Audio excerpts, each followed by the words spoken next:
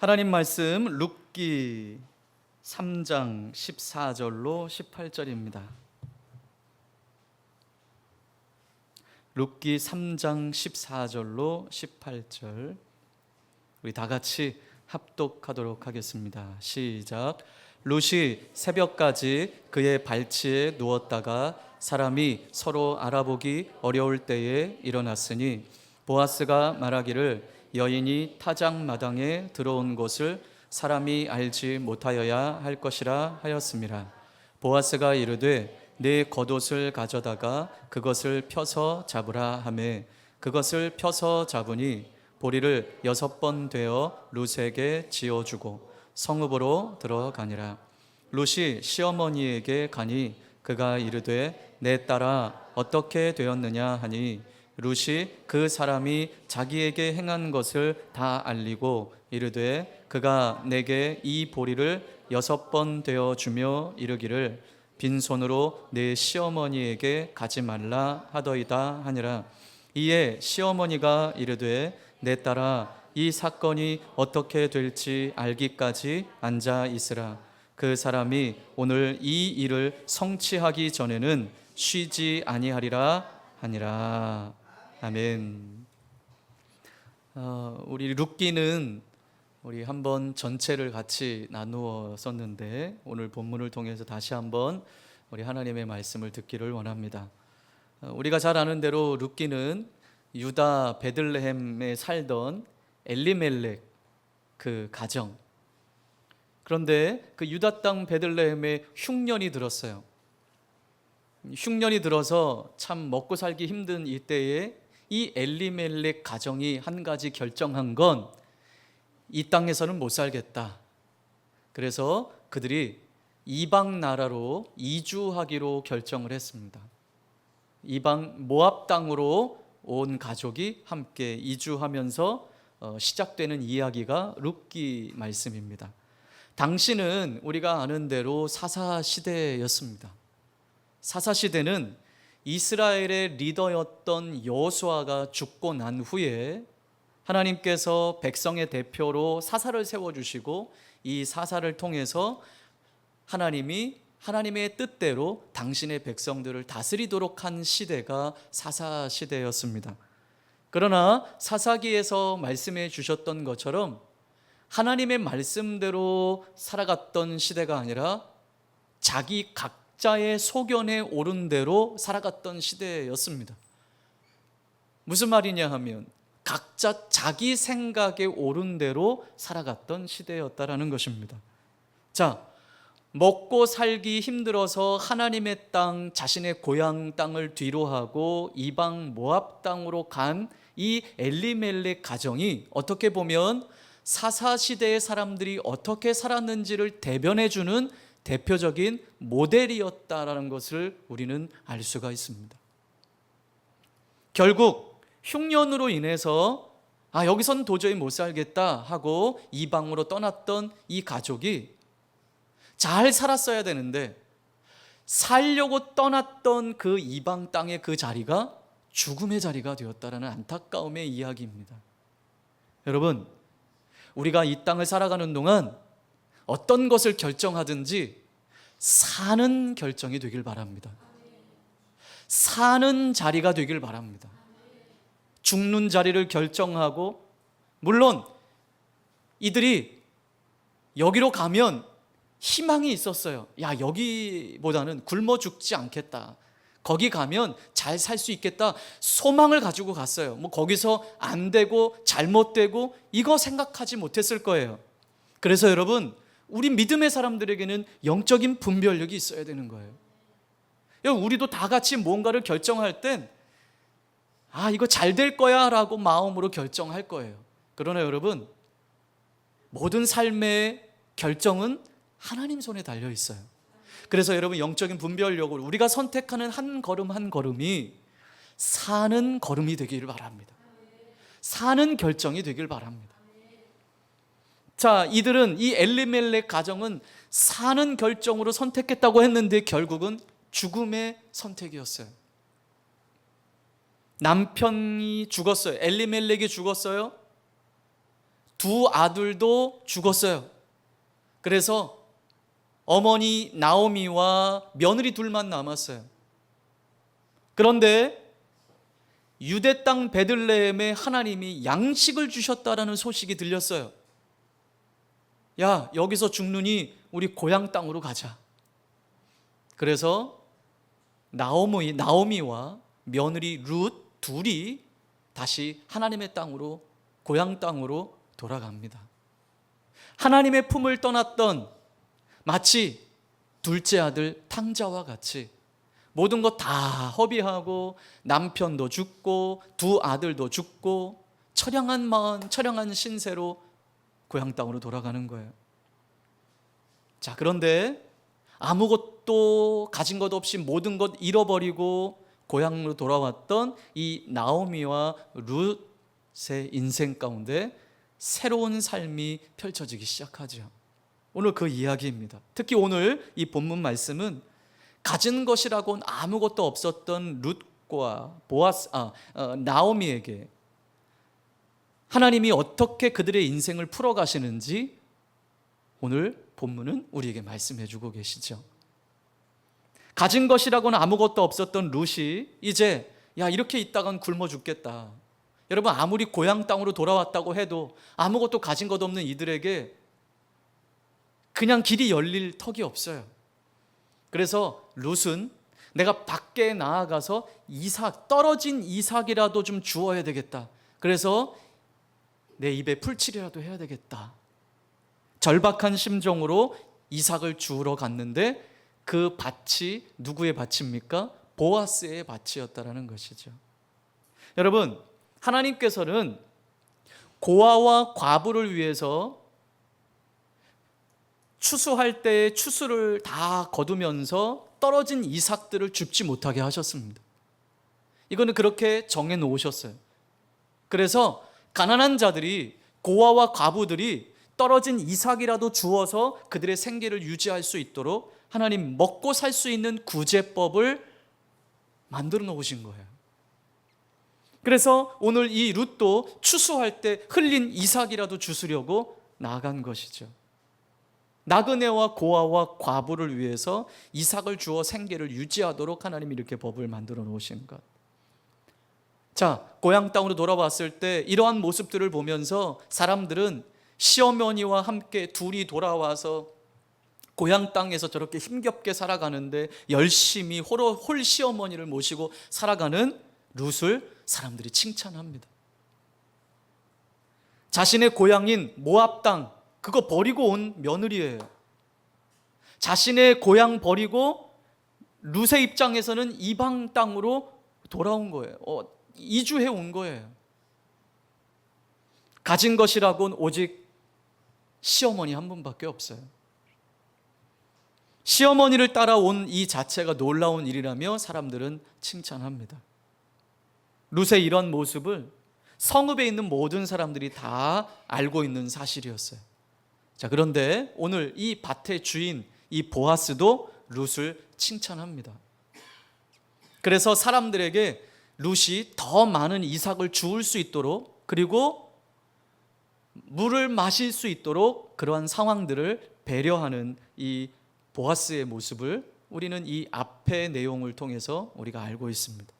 여러분, 보아스와 만난 이 만남이 우연한 만남 같지만 하나님이 보아스를 만나게 해주셨다는 것, 우리는 이미 말씀을 통해 잘 알고 있습니다. 철저한 하나님의 섭리였습니다. 우리는 이 과정에서 오늘 함께 나누길 원하는 것은 룻이 보인 태도였습니다. 하나님 안에서 우리도 그렇다면 어떠한 태도로 신앙생활하며 우리의 삶을 살아낼 것인지 오늘 이 말씀을 통해서 우리가 함께 나누기를 원합니다. 자, 하나님께서는 고엘이라고 하는 제도를 이스라엘 백성들 가운데 두셨어요. 이 고엘이라는 말은 구속자라는 의미예요. 그러니까 구원한다라는 의미죠. 이게 어떤 의미냐? 어떻게 구원하느냐? 자기 형제나 가까운 친척이 어려움을 당하면 그걸 모른 채 하는 것이 아니고 돌봐주도록 한 제도예요. 특별히 형제 중에 혹시 형제가 죽어서 과부가 된 여인이 있다면 이 여인이 다른 사람에게 시집 가기 전에 남아있는 형제들이 이 여인을 책임질 수 있도록 한 제도가 고엘 제도였습니다. 죽은 형제의 대를 잇도록 그렇게 한 제도가 고엘 제도였습니다. 그런데 여러분, 나오미가 보니 보아스가 바로 우리와 가까운 친족이라는 것을 알았어요. 그래서 이 룻기에서는 기업 물을 자라는 표현을 썼죠. 그래서 이 보아스는 자기 며느리 룻에게 한 가지 제안을 하는 거예요. 그런데 이 룻은 다른 말 하지 않고 시어머니의 말에 순종하는 것이에요. 때는 추수 때여죠. 추수 때에 수확으로 기쁨에 넘친 이 보아스가, 밭의 주인인 보아스가 타작을 마친 곡식 더미 그 아래에서 잠을 자는 거예요. 왜냐하면 탈곡할 때 베푸는 잔치는 저녁 때까지 이어졌거든요. 나오미는 그 사실을 알고 그 저녁 때에 자기 며느리를 보아스에게 보내는 거예요. 타작마당에서 잠잘 것을 안 이 시어머니 시어머니가 룻을 보아스에게 보내는 것이에요. 그리고 기회를 기다렸다가 그 보아스가 알아듣도록 할 수 있는 그 이야기를 해서 보아스가 자신을 좀 책임질 수 있도록 이렇게 하라고 시어머니가 룻에게 가르치고 명령을 하는 것이죠. 자, 여러분, 오늘 이것이 시어머니 나오미와 며느리 룻이 처한 상황에서 이들이 할 수 있는 최선이었습니다. 그냥 이삭만 주어서 자기들이 근근히 삶을 유지하는 것만이 최선이 아니라 하나님이 우리 백성들에게 주신 이 고엘이라고 하는 제도, 기업 물을 제도라는 것을 알고 자신의 친척, 가장 가까운 친척이었던 이 보아스, 물론 이제 뒤편에 가서 보면 보아스가 가장 가까운 친척은 아니었죠. 또 한 사람이 있었죠. 그러나 이 보아스인 것을 알고 그에게 가서 최선을 다하는 이들의 나오미와 룻의 이 상황. 남편과 아들은 물론 그들이 가지고 있던 기업마저 다 잃었던 그녀들에게 보아스는 정당하게 자신들의 권리를 되찾아줄 수 있는 친척이었기 때문에 이들은 이 방법으로 최선을 다해서 이들의 삶을 살려고 했던 것이었습니다. 여러분, 이들에게서 우리가 배울 수 있는 것은 주어진 환경에서 최선을 다할 수 있는 이 삶의 자세를 우리는 배울 수 있습니다. 때로는 많은 크리스천인들이, 많은 그리스도인들이 하나님께서 다 알아서 해주실 거야, 그렇게 무턱대고 믿는다고 핑계대면서 우리의 일들이 알아서 잘 해결되기를 원하는 사람들이 있어요. 그러나 이건 잘못된 신앙인 거예요. 저는 하나님께 다 맡겼어요. 마치 이와 같은 거죠. 지금 요즘에 우리 학생들 기말고사 기간인데, 기말고사 이제 시험을 보는데 공부는 하나도 안 하고 기도만 하고 있는 거예요. 하나님, 아시죠? 나 이번에 성적 잘 받아야 돼요. 올 100 맞게 해주세요.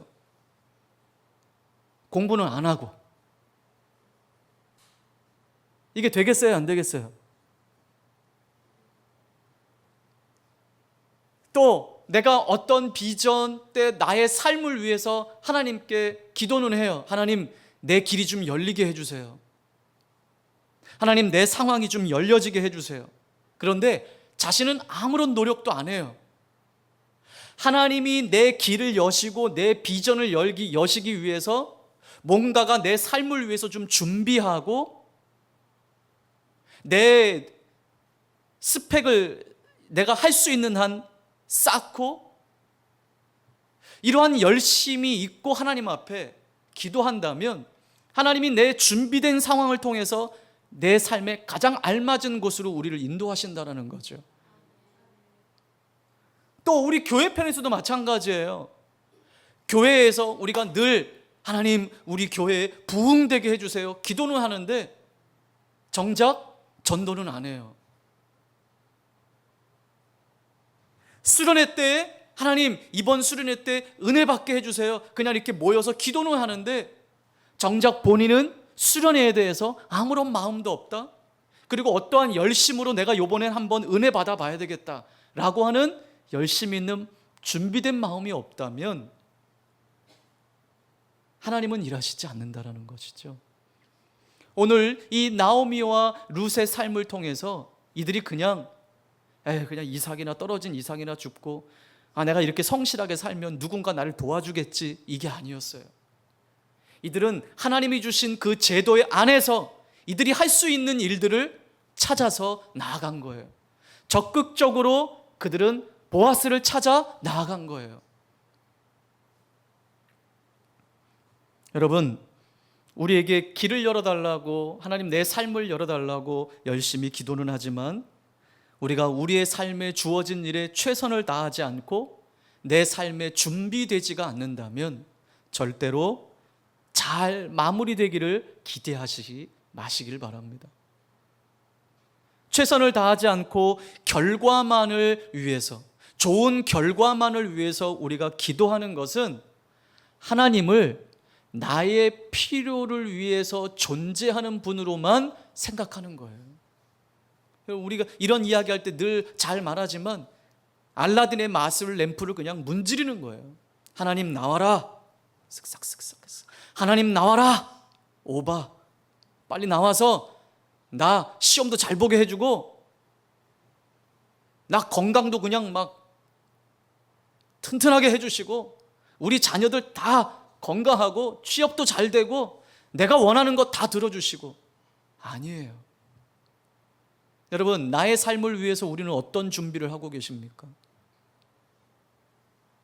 젊은이들이 만약에 좋은 직장 가게 해주세요 라고 했는데 자격증도 준비도 안 하고 취업 준비도 안 하고 자신이 뭔가 오너가 쓸 수 있도록 준비도 안 하면서 하나님 잘 되게 해주시면 한다면 그 청년을 누가 쓸 수 있겠습니까?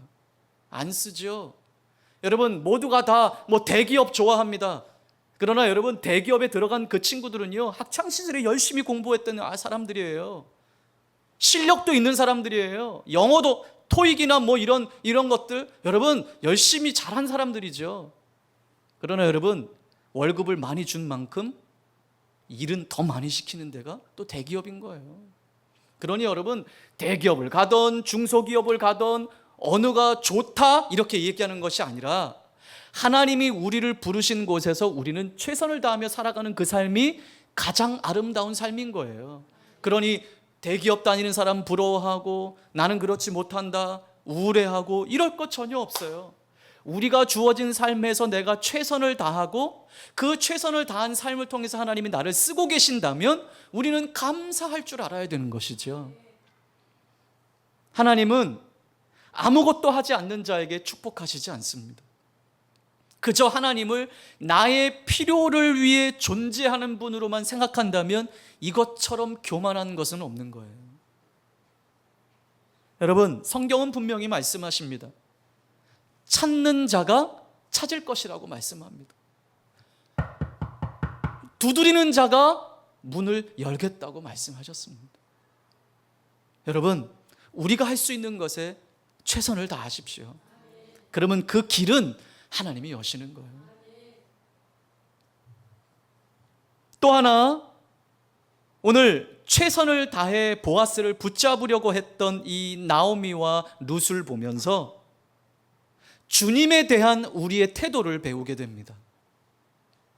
기업 물을 자, 또 우리를 구속할 고엘이라고 하는 이 제도 앞에 보아스를 찾았던 것처럼 여러분, 우리는 간절하게 주님을 찾는 마음이 있어야 될 줄 믿습니다.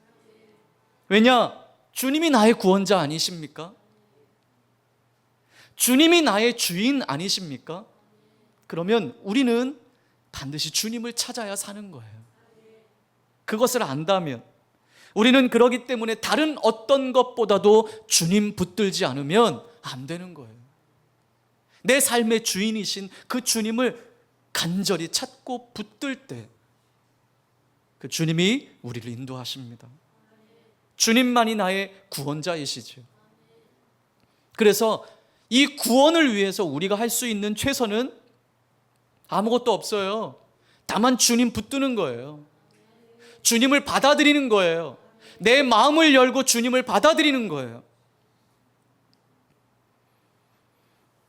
그 주님과 함께 주님이 허락하신 환경 속에서 최선을 다해서 맡겨주신 삶을 살고 내 마음의 소망을 그분께 숨김없이 이야기하는 삶. 여러분, 이것이 아름다운 삶인 것입니다.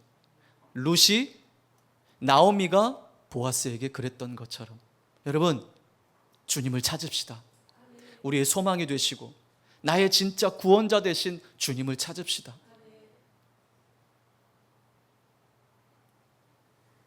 자, 그렇다면 최선을 다했던, 그리고 보아스를 찾았던 이 나오미와 룻이 그들이 할 일을 하고 난 다음에 어떻게 했는지, 자, 18절 우리 다 같이 한번 읽겠습니다. 시작.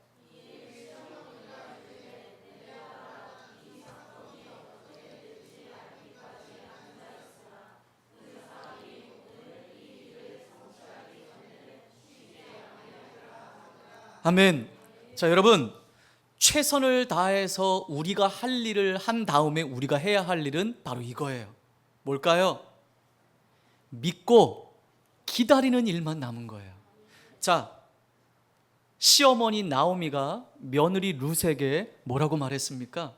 내 딸아, 이 사건이 어떻게 될지 알기까지 뭐하고 있으라? 앉아 있어라. 이제 이 일의 결과가 드러날 때까지 편히 앉아 쉬거라 라는 말이에요. 이 일이 어떻게 해결되는지 이제 우리가 보자라는 거예요. 조용히 앉아서 기다리자.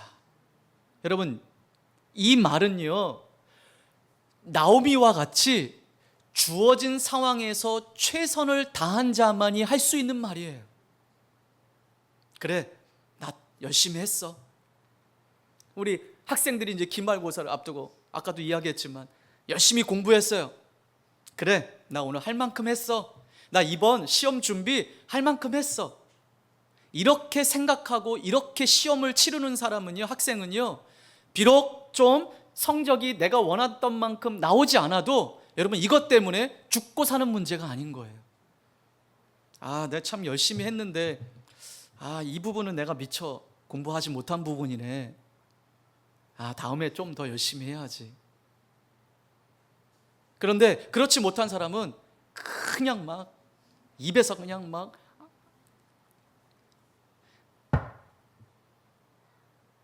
자기를 막 비하하고 막 분노해하고 성적이 이거밖에 안 나왔냐고. 그러나 여러분, 주어진 상황에서 최선을 다한 자가 할 수 있는 말은 내 편에서 할 일은 내가 최선을 다했으니 이제 믿고 기다려야지. 여러분, 우리가 사는 이 시대는 참 빠른 시대 아닙니까?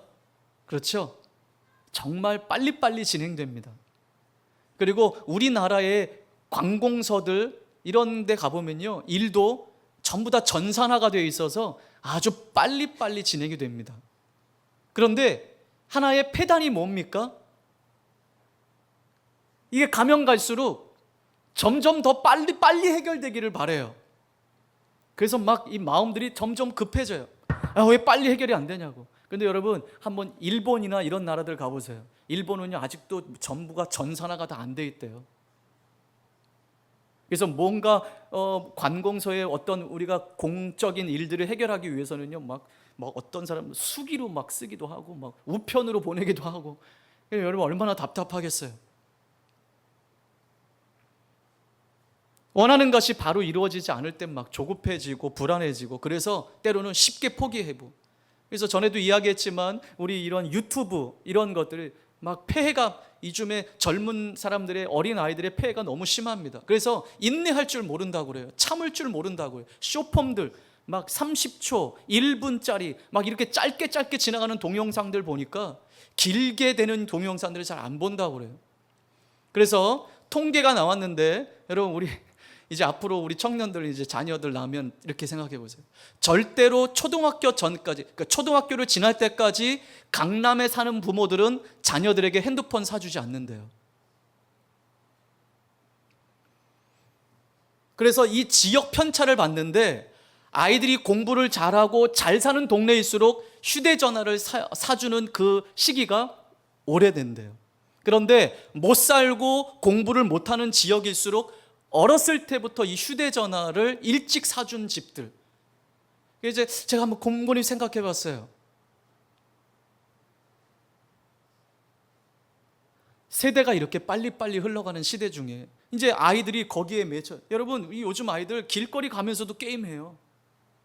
여기 이거에 붙잡혀 있어서 빨리빨리 이러한 시대들. 그래서 요즘 아이들이 쉽게 포기한대요. 뭐 하다가 조금 안 되면 그냥 쉽게 포기해 버리는데요.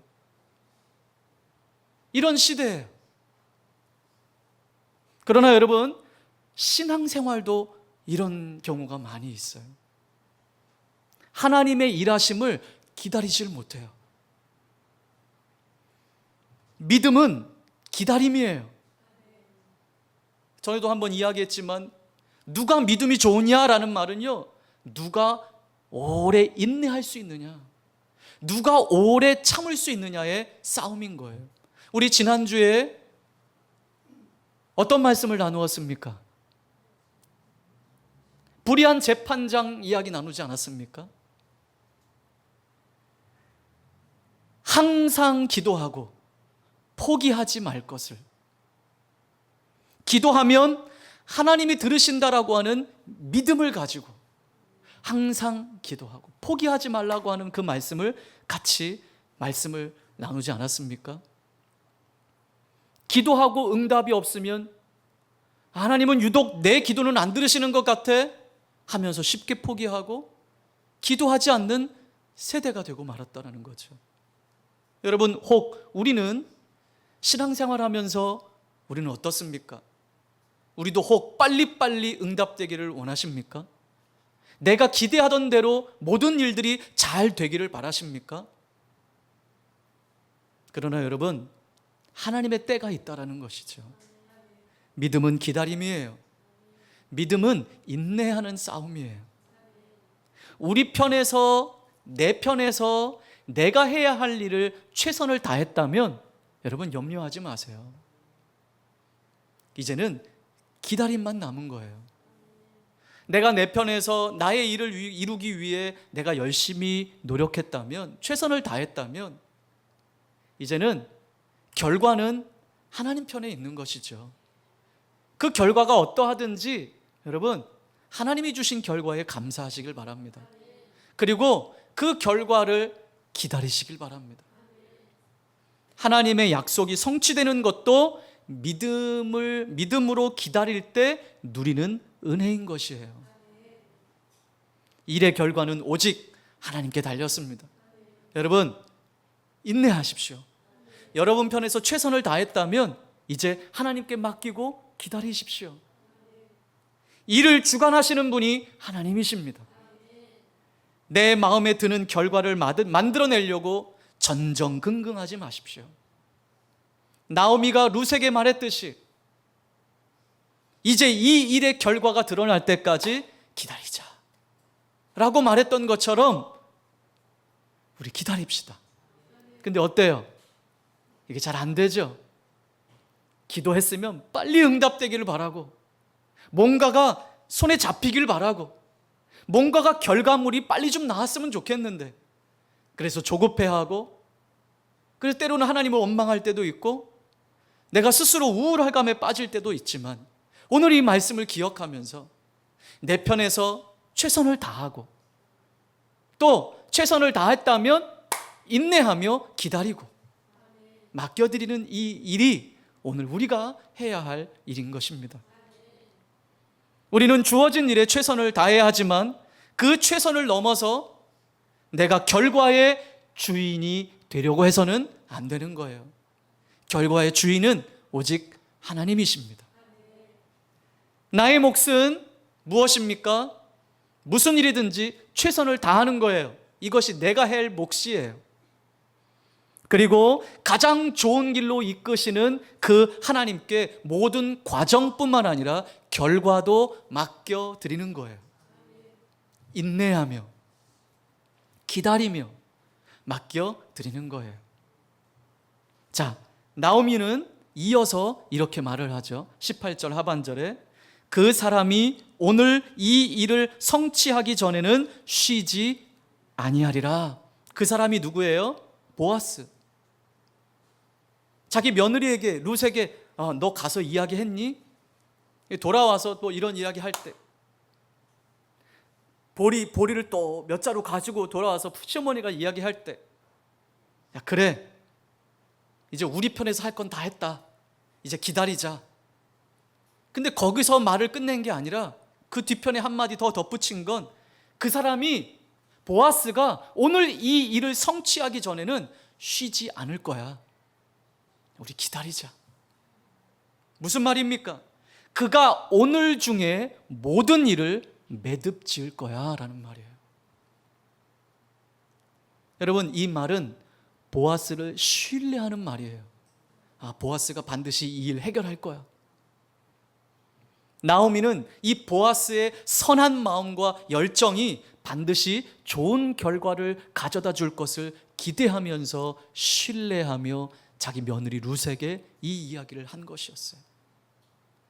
저 여러분, 또 하나 오늘 이 신뢰의 마음이 오늘 저와 여러분이 하나님을 향한 신뢰의 마음이 되어야 될 줄 믿습니다.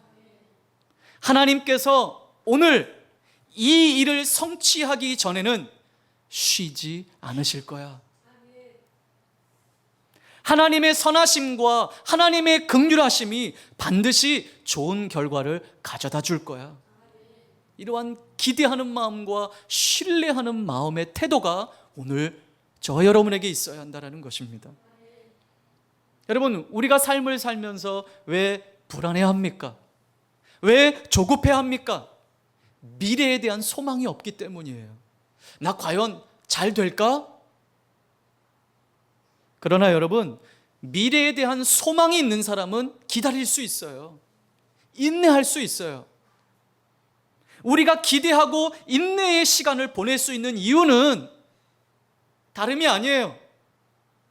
오늘도 살아계셔서 우리와 함께 하시는 하나님이 우리의 소망이시기 때문입니다. 그 소망이신 하나님이 오늘 우리를 위하여 이루실 그 일을 위해서 쉬지 않으실 것입니다. 이 나오미의 고백이 오늘 저와 여러분의 고백이 되어야 될 줄 믿습니다. 여러분, 우리에게는 하나님이 소망이십니다. 그래서 기다릴 수 있고 인내할 수 있는 거예요. 여러분, 지금도 하나님은 나를 위해 쉬지 않으십니다. 보아스가 룻을 위해서 신중하면서도 지혜롭게 문제를 해결하려고 했던 것처럼 하나님의 약속은 반드시 이루어지는 것입니다. 이 사실을 확신할 때 불안함과 초조함이 아니라 기대하고 소망하는 마음으로 우리의 미래를 기다릴 수 있게 될 줄 믿습니다. 자, 오늘 이 말씀을 함께 나누면서 우리는 하나님 앞에 어떠한 태도와 어떠한 모습으로 살아가고 계십니까?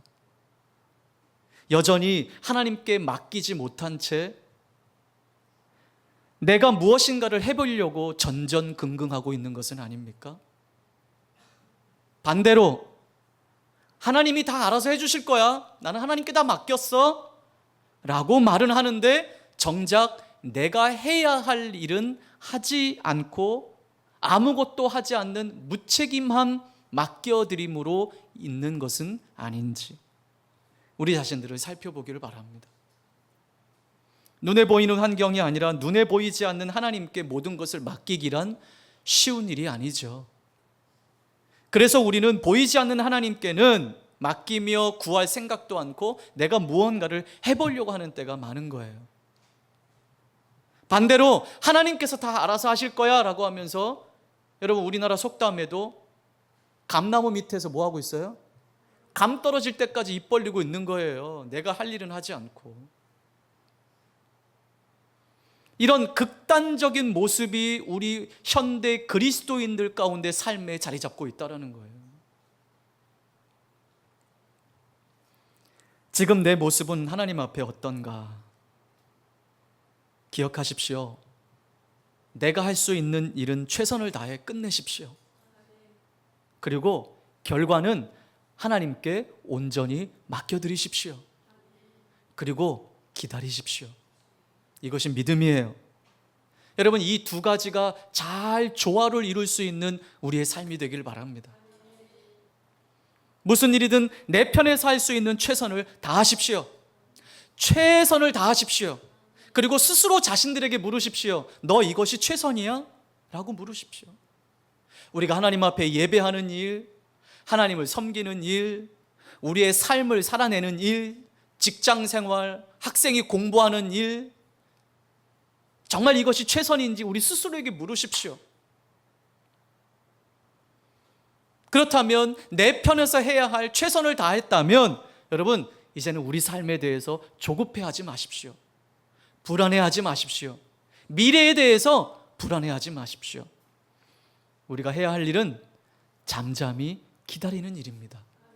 하나님께 맡겨드리는 일입니다. 그러면 하나님이 우리를 위해 일하시기를 쉬지 않으실 것입니다.